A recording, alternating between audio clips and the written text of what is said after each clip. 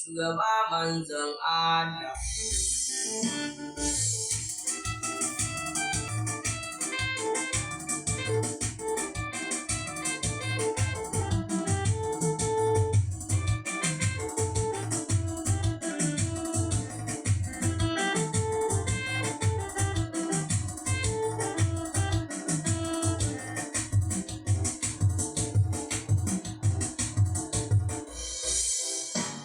Nagartaccen shugaba ina son ka da gaskiya a ya manzon Allah. Nagartaccen shugaba ina son ka da gaskiya a ya manzon Allah.